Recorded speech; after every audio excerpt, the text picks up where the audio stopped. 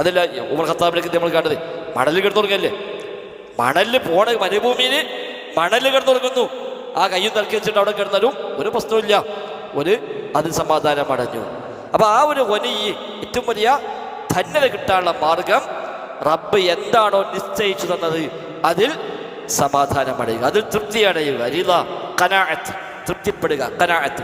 അലി ഇബ്നു അബീ ത്വാലിബ് ഏറ്റവും അധികം പഠിപ്പിക്കുന്ന ഒരു വിഷയമാണ് ഖനാഅത്ത്. അദ്ദേഹത്തിന് നേരത്തെ പറഞ്ഞ കവിത ഫിന്നസ്വാഇഹി എന്ന കവിതയാണ് ഞാൻ നേരത്തെ പറഞ്ഞത്. അദ്ദേഹം നൽകിയ ഉപദേശങ്ങൾ അതിൽ അദ്ദേഹം ഊന്നി പറഞ്ഞ സംഗതിയാണ് ഖനാഅത്ത്, ഉള്ളതിൽ തൃപ്തിപ്പെടുക എന്നത്.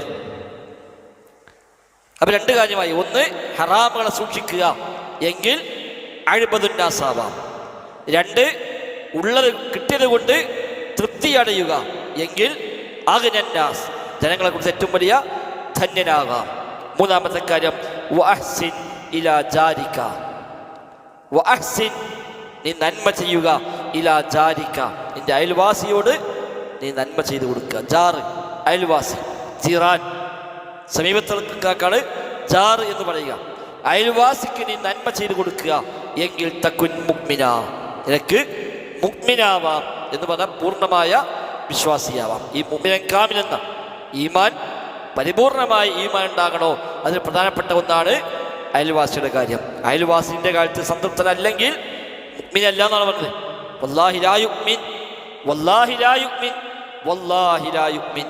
നബി തങ്ങൾ ഒരിക്കൽ 3 വട്ടം പറഞ്ഞു, പടച്ച റബ്ബാണ് സത്യം, മുഅ്മിനാവുകയില്ല. സ്വഹാബിയുടെ ബേജാറായി, നബി ആരെപ്പറ്റി നബികൾ പറയണത്?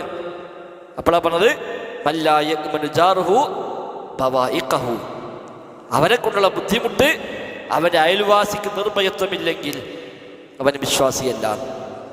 ഇവനെ പറ്റി ബേജാറായിക്കൊണ്ട് അയൽവാസി ജീവിക്കുന്നത് എങ്കിൽ ഇവൻ്റെ ഈമാൻ പരിപൂർണ്ണമല്ല, ഇപ്പം കാഫിറാണെന്നല്ല, വിശ്വാസിയാവുകയില്ല എന്നതിന് അർത്ഥം യാ യുഅ്മിനു ഈമാനൻ കാമിലാന, പൂർണ്ണമായ വിശ്വാസിയാവുകയില്ല, ഈമാനിൽ കുറവായിട്ട് കണക്കാക്കപ്പെടും. അപ്പം അയൽവാസിക്ക് നമ്മുടെ കാര്യത്തിൽ ഒരു നിർഭയത്വം, ഒരു സമാധാനം, ഒരു ബേജാറുമില്ല, നമ്മളുള്ളത് ഒരു സമാധാനമാണ്. മറ്റേ അയൽവാസി മറ്റേ ചങ്ങായിട്ട് ഒന്ന് ശ്രദ്ധിച്ചുകൊണ്ടിരുന്നാണ്, അത് നമുക്ക് റിമാർക്കാണ്, അത് പറ്റൂല.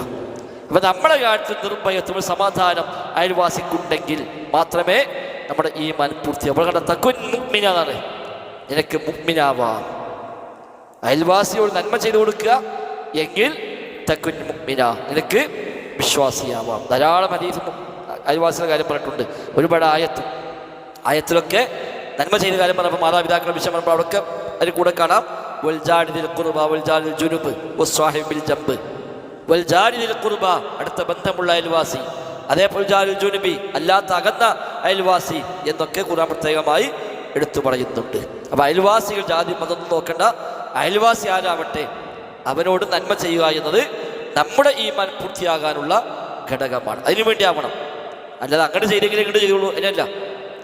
അങ്ങനെ നല്ലേക്കുന്നെങ്കിലും ഇങ്ങോട്ടും നല്ലേക്ക് നിൽക്കുള്ളൂ എന്ന് പറയാം, അത് വേറെ, അത് പ്രത്യുപകാരം കാക്ഷിച്ചുകൊണ്ടായി, അത് ഈമാൻ്റെ ആ ഇതിക്ക് വരുന്നതല്ല. അതാരും ചെയ്യും. ഇങ്ങോട്ട് നല്ലേക്ക് നിൽക്കുകയാണെങ്കിൽ സ്വാഭാവികം അങ്ങോട്ട് നിലേക്ക് നിൽക്കും, അതിനുവേണ്ടി ത്യാഗമൊന്നും ആവശ്യമില്ല. അത് ഇതിന് സ്വാഭാവികം ഉണ്ടാകുന്ന ഒന്നാണ്. അങ്ങോട്ട് നമ്മൾ മാന്യമായി നിന്നാൽ സ്വാഭാവികമായിട്ടും അവരിങ്ങോട്ട് മാന്യമായി നിൽക്കും, അത് ഇതിൻ്റെ ബൈ പ്രൊഡക്റ്റാണ്. പക്ഷെ അതിനു വേണ്ടിയല്ല ഞാൻ അവനെ ഇങ്ങോട്ട് ബന്ധം മുറിച്ചാലും അങ്ങോട്ട് ബന്ധം സ്ഥാപിക്കുക, അതാണ് പ്രധാനം. ഇങ്ങോട്ട് ബന്ധം മുറിച്ചു, അപ്പോഴും അങ്ങോട്ട് ബന്ധം സ്ഥാപിക്കുന്നു, അതാണ് ശരിയായ ബന്ധമെന്നാണ്. അപ്പൊ അങ്ങനെ ഈ നന്മ ചെയ്യുന്നുവെങ്കിൽ തകുൻ മുഅ്മിന, നിനക്ക് മുഅ്മിനാകാം, വിശ്വാസിയാവാം.